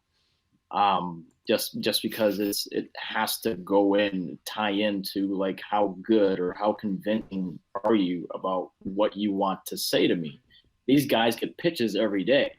these PR companies representing the major stars and of the world get pitches every day. Mark Cuban gets pitched every day. You know, Damon John gets pitched every day. Yeah. Why did they say yes to you? Or why did they say yes to your podcast or having 10 minutes to lunch with you or whatever? They saw something in you that they didn't see in somebody else. And that's just the name of the game. You know, you either win or you lose in measured by confidence. Yeah. So tell me, okay, you went through that event. What I want to know is, what do you do every day incrementally to remind yourself of that event, to make sure you hang on to the anchor that you found during that event? Right. That's important. So that anchor, the way we anchored it in there is confidential. However, what I do in the mornings, I can say, you know, there's that positivity kind of uplifting thing that I do. I listen to a little bit of comedy. You know, that's something I do every morning. But then when it comes to being serious, there's what I've done the day before. There's what I didn't do the day before, and there's the cost of not doing it in the long term when I'm 15 years ahead. And I look at that compacted into this one day that if I had everything I can do today, the opportunity to do it, or it would cost me this, it would cost me my kids that I don't have yet, it would cost me the house I don't, you know, that I wanted, the Ferrari, the charitable donations that I'll be able to make to the best charity organization in the world, then the reason becomes tenfold that much more important. So, so we've hit that in the past, talking about, you know, we meditate a lot. I meditate and doing projection meditation so that you actually see yourself having or being and doing that kind of thing. Like, it's already there. You're just not there yet. It's out there already. You just got to get to that point. So, and that's all part about setting the anchor and setting that conviction, and you live that every day. So you're conditioning yourself to get to that projected meditation, right? I agree. Look at him elbowing me. No, I know you had something. You wrote something. I want you to hit on that. It works. Like it definitely. When people find meditation cheesy, it's one of the things that you can go into immediately. Like, once you find and know like your energy level and where you need to channel it, and you know what time it's going to take you to kind of like get rid of everything that happened in that day and just be beta for a little bit. Right. And just be receptive like a baby, you know. Once you're in that zone, like, you can channel the rest of your day so well, right, that it's kind of scary, you know. It's like, okay, like in 10 minutes ago, this is how I would have reacted to something that happened to me, you know, in this kind of fashion. Whereas because of this meditation, because I did this, and because I didn't allow myself to focus on that negative aspect or negative upcoming event or occurrence, I now handle it completely differently, you know. And that's with someone who's meditated for a while, like, that's just a switch of a, you know, in the light that you can do. So I agree with you. And one of the terms that's coined by Tony Robbins is priming, and it's that important. You can get into behind, you know, you said cheesy. I think it's funny how people think it's cheesy, but when you get into the science of it just a tad, we have 100 billion cells in our body, and that's in our cells we have chromosomes. That's where our DNA lies. Right. You know, those telomeres and all that, as they shorten, you age, and blah blah blah. Well, you have bones that duplicate. Those cells duplicate very slowly, but a cell that duplicates decently quick, you know, other than hair, is blood. And blood has a half-life of about 140 days. So when this dude he's in there coughing like he's got SARS or something, man. I hope I don't catch him, man. Like, I just came off the flu. I don't need the flu again. But but your blood has a half-life of 140 days. That's about 3 months. So everything that you experience, you're coding in your DNA. So those days that you aren't priming, those days that you aren't holding yourself accountable and you're falling into the wrong significance, getting the tat, getting not that getting a tattoo is a bad thing. I'm just saying, going into that realm of not really finding the significance of what you're really trying to do. What's your total outcome? And going in that direction, what you're doing is duplicating that residual bullshit. You know what I mean? Yeah. So you're going to find that the cheesiness is a vision board, which is you need to see that the repetition, the emotion, and the what's the three ingredients to hypnosis? Either you're involved in the hypnosis or you're not. But what is it? My brain is going to blank, but it's repetition, strong emotions, and the feeling, getting that feeling. So if you don't have those three ingredients, what you're going to do is be hypnotized by I'm loving it. If you know that's McDonald's, they've been successful. So you can do that same hypnosis on yourself. I hate the word hypnosis. It's proper conditioning on yourself and the outcome that you want for your life. And I know I keep going back to this, and people's like, I'm not going to listen to the Two Rational Bastards because he said pussy like 17 times. The only person that says pussy more than him is Donald Trump, and I can't stand Donald Trump, man.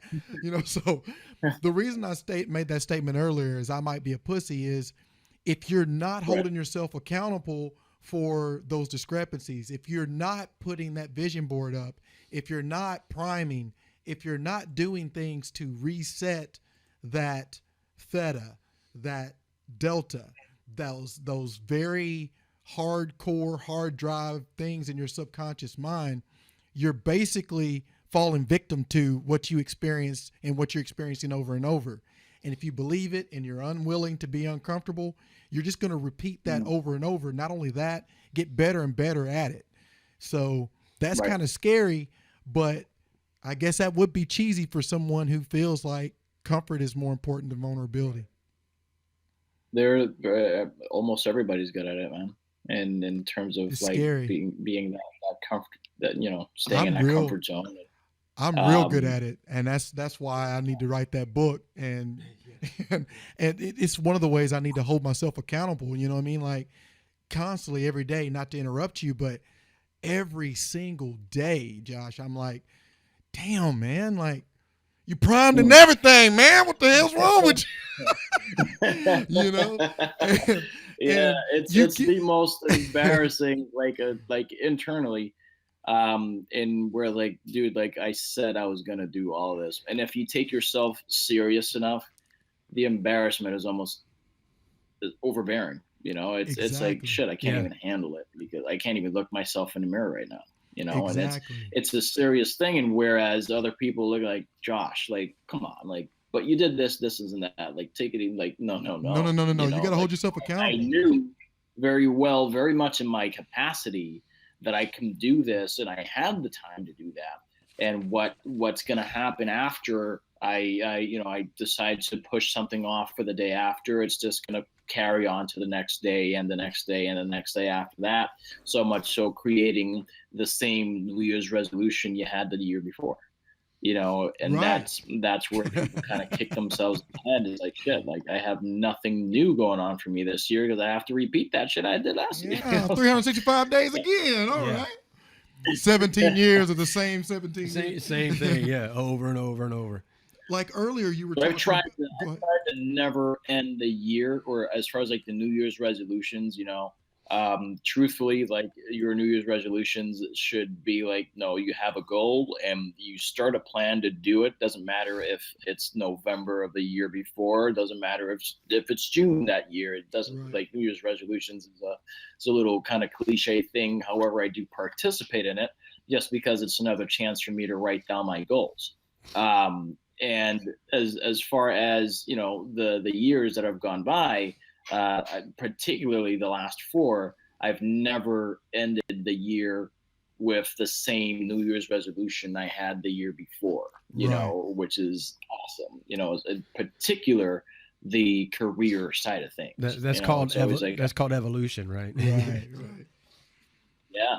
It's never like, all right, I want to make this contact. I want to build a relationship with them and work with them or have them be my client. It's happened.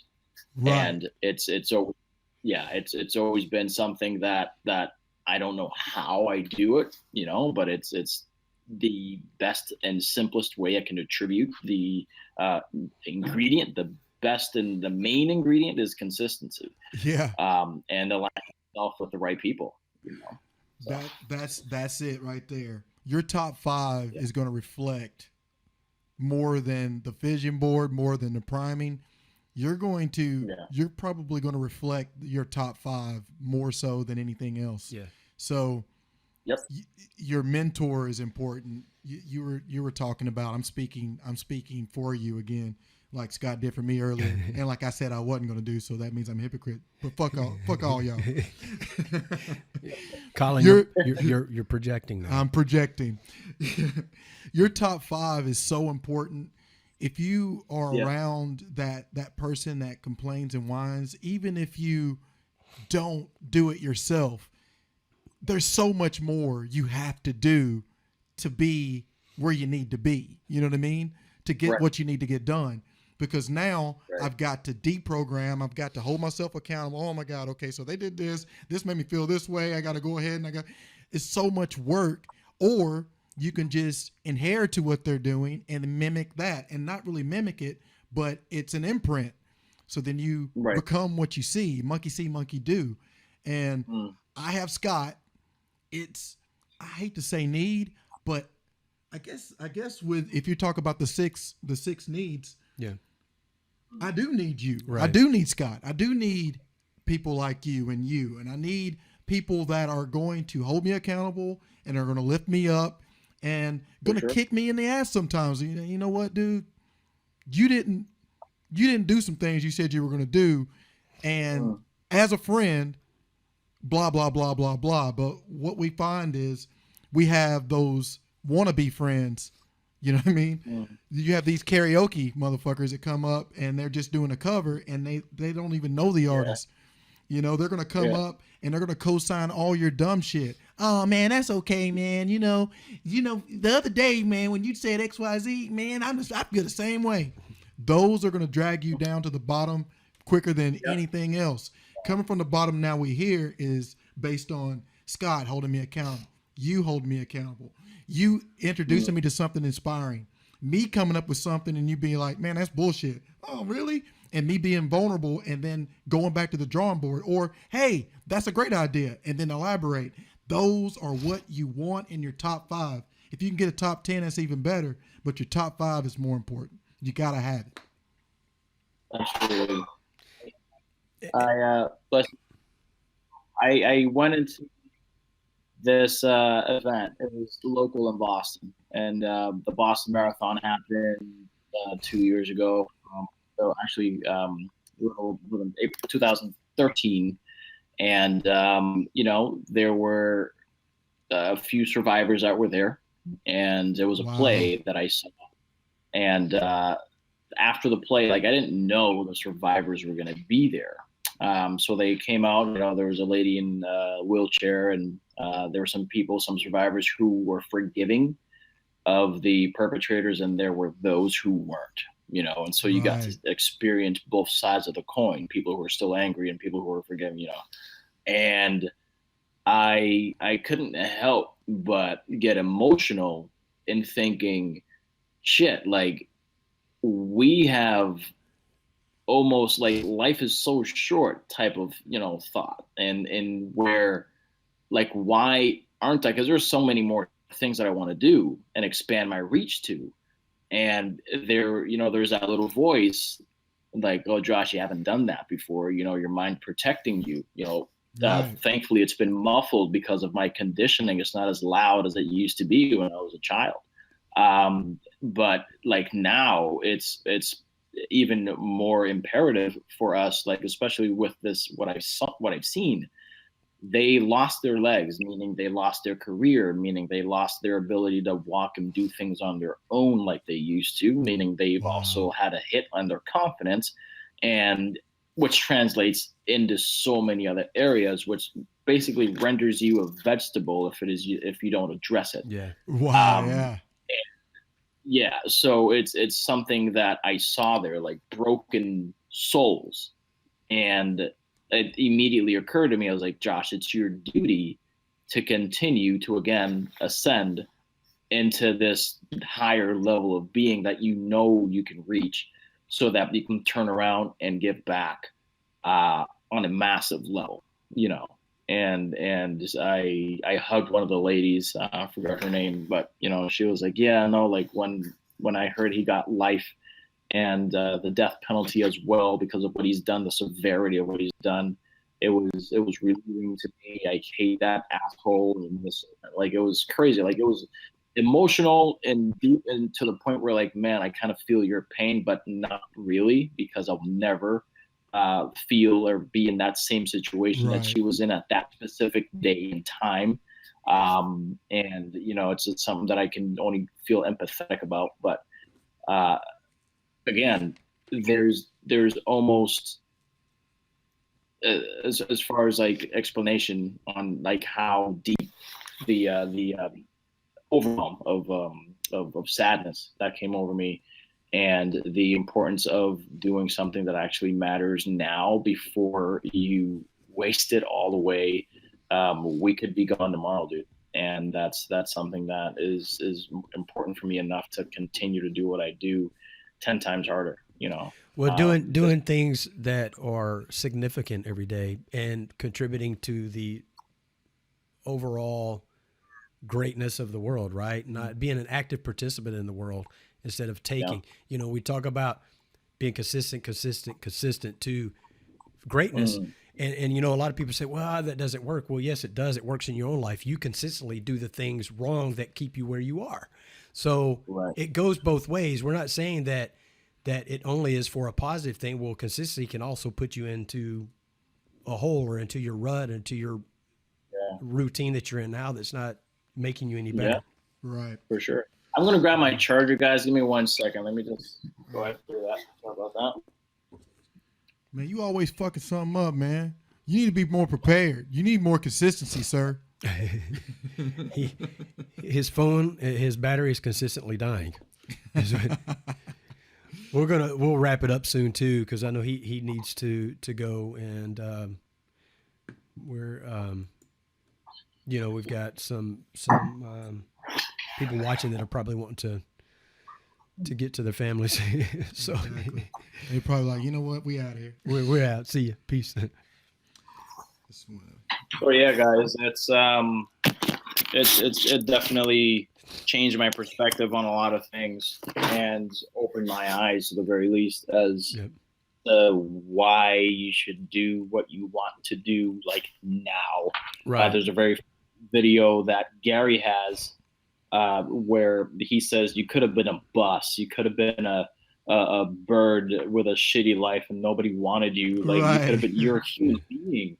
You know, you have these thoughts. We're the primal and superior species in the world right now. We've created more things with our minds that, you know, no one can ever imagine right now, and that's almost wasted on the generation of unbelievably lazy people that it's like, if they realize it'd be mind blowing. And I forgot the statistic and the chances of you being a human versus anything else, but it's insane. Yeah. Oh, wow. Where it's almost unbelievable that you're a human. I would love to hear that statistic. I think it's like 44 trillion chances of a difference from you being a human and something else. It's like crazy. Like, we're like that 0.1%, something like that. I never really thought about it that it's crazy. Yeah, I was like, holy shit. So well, man. I wanted to touch on what you just mentioned with the lady. You know, I'm conflicted with that. You know, I mean, I'm empathetic toward, you know, what she's thinking and what she's feeling. But it's just, when you grow up in new thought and you have gratitude and nothing happens to you, it happens for you.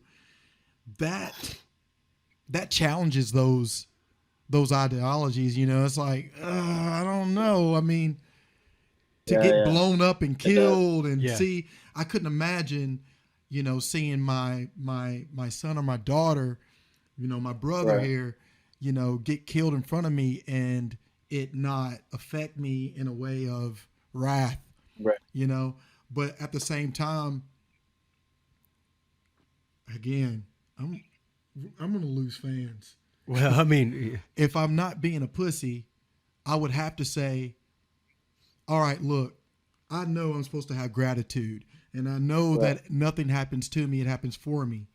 But I'm going to accept the fact that I can't fucking stand you and I hope you burn in hell. You know what I mean? Like just own it that we're human. The statistic is, hundreds of trillions to one. And me being a human is me accepting the fact that I'm not perfect.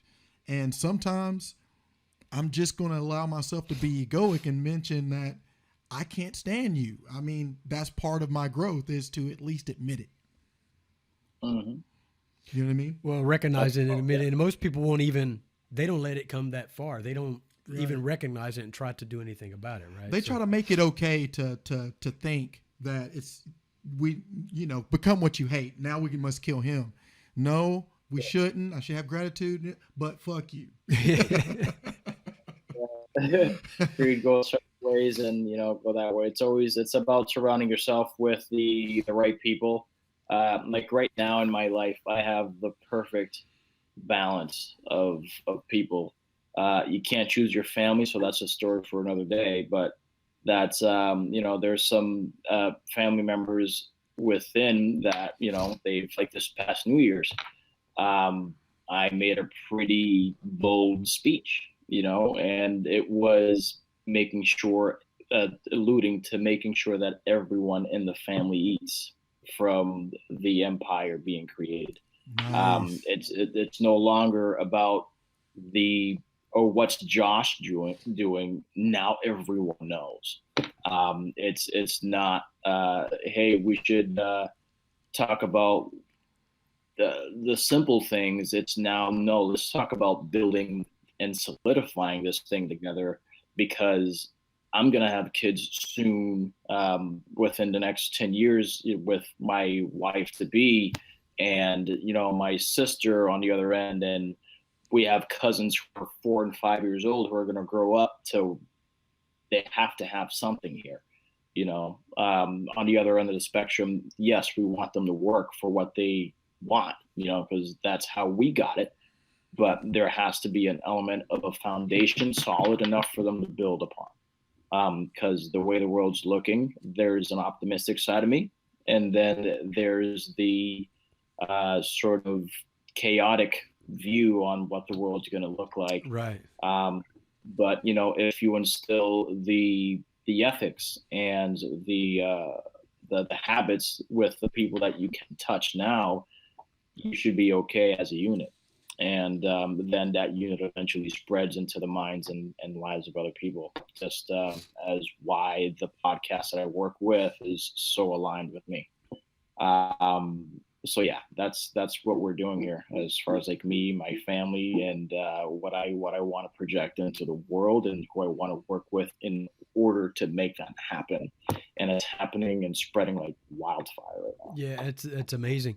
And so we're gonna probably wrap up here in a couple of minutes. But what I want to know is what is exciting for you on the horizon. What's the? I mean, of course, you got the Tim Ferris thing on Monday, right? But beyond that, that's probably the biggest thing that's in your mind right now, obviously. But beyond that, what do you see? As the year comes, we go into summer and things like that. What do you got exciting on the horizon that you're really looking forward to? That film. That's what my new baby is for this year. I'm all chips in on the film, going in on Netflix, iTunes, and Vimeo. And the reason why is because the more people I can reach, I'll also be interviewed in that movie towards the end to kind of close it off, sort of like this. But the reason is because there's so, like, who doesn't have Netflix? You know, Right. Everybody has Netflix, so there's I mean, how else would you chill?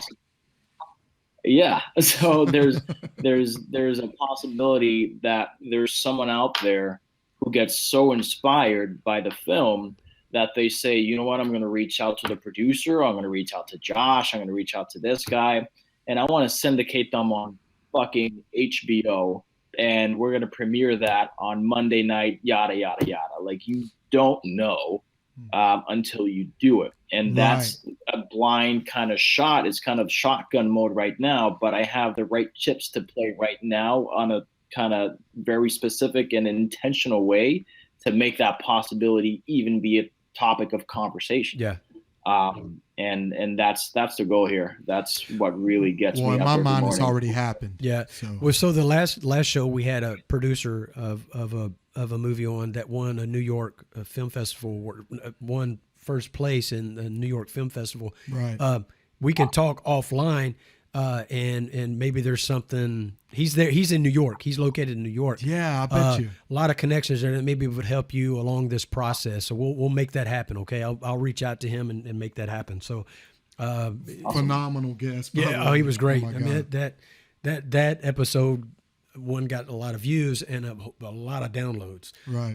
And it's, I mean, we got to have him back for just stories about like his aunt. Okay, so what about that other stuff you're talking about? Jesus, like his aunt was roommates with Coretta Scott before she was Coretta Scott King, and then they got tied in with all the King family. I mean, just all this amazing stuff and all these artists and stuff that he worked with that he's so humble don't even talk about. Right. We had to pull it out of him to make him talk about It's it. like, so what was you saying about Biggie Smalls? Yeah. I'm like, man, come on, man. Yeah. So you worked with Wu-Tang when, and he's like, oh, well. Oh, yeah, you know, Wu-Tang. I'm like, just funny. I mean, how he didn't even want to talk about it, but I made him talk about it. kind of like you. Yeah. Well, I know so-and-so, but I can't tell you. Right. I'm like, damn it. Right. So Yeah. I want to know, Josh, if we hopped in or got your, pulled up your playlist, what's playing right now? What are you listening to? Roots from Imagine Dragons. Nice. My son loves Imagine Dragons, and we listen to that quite a bit. So that's very, very talented. So. Awesome. Yeah, there's that one. There's Kings Never Die by Eminem and Gwen Stefani. Those are like my power songs in the morning. And the I guess referring to myself as a king, the program that I got out of, I went in as what I call to refer to myself as a peasant, like learning these new things and going about my patterns I had before, not really giving a shit. Came out as a king and someone who's compassionate, someone who appreciates and is aware, someone who is aligned with his vision and actually does things intentionally to get there on a daily basis, whether it's pushing people away or attracting people into their lives every day, living, being real with yourself on a real, simple, be real. And stop fucking lying, because that's just the bullshit that everybody kind of perpetuates in their own life, and it just brings them into places that they don't want to be. Came out a king out of that program, and that song resonated with me. I was like, shit, like, yeah, that's who the fuck I am. Well, the most harmful lies you tell are the ones to yourself. Absolutely. Right? So you have to. Don't ridicule that person in the mirror, ever. Yeah, ever. you can't do that. So we hold them accountable, but hold them. Yeah, exactly. Hold them accountable. Hold them in check. But Colin, when it's just Colin and I doing a show, he gets the last word. But we always let our guests have last word before we check out. What do you want to share as kind of a final thing? So if like anything, and this is like the common kind of theme for a lot of the podcasts that I've been on. If you want anything in life that's worth sharing to you, then bust your ass in making that happen. If you feel that there's a problem that needs to be solved in this world, don't sit there and criticize those who seem to try and work at it and fail. Help out or make it your own. Create the vision or lead the pack into that direction. And if you fall, get your ass up again. Whether it's entrepreneurship, whether it's politics, whether you want to fix things, there's so many things to fix in politics. We all know that. Oh my God. Fuck you, Donald Trump. So there's so many things that we have our vision or our importance, kind of levels of importance on. If it is that you want to change it, get up and do it. Be consistent, and just don't overcomplicate things, because it's not that complicated at all. You just have to create the action to make the difference. Absolutely. Well, it's been absolutely phenomenal having you on. We have few guests that we want to invite back. You're one of them for sure, especially as things progress throughout the year, and some of the people that I know you're working with that you'll be able to talk about later. And then when it gets closer to the time of the film, come back on. Let's talk about that project and how it came to be and all the things there, and we'll promote it for you as well. Yeah, and I want to say, man, congratulations on all the legacy that you've created so far, and congratulations on the legacy yet to be, man. Like, you are an inspiration, man. You've inspired me. Absolutely, he's phenomenal, and we'll Josh, we'll communicate, offline, tomorrow, whatever. I'll try to get some things lined up with the producer guy in New York and some other things that we want to talk about. And we gonna talk offline, because you gonna tell me all this secret shit you're trying to keep under wrap. I know so and such and such. I can't tell you, so you gonna tell. Oh yes, you gonna tell. Man, thanks again. I know we took a lot of your time, but this was just like I say. It's a coffee table conversation. That's what we have every week, that's how we do it, man. Sometimes it goes an hour, sometimes it goes 2, whatever. I mean, that's the beauty of it. But anyway, again, thanks, and Thank you so much, man. Until next time, I'm Scott. It's Colin. I'm Josh. Have a good one. Out.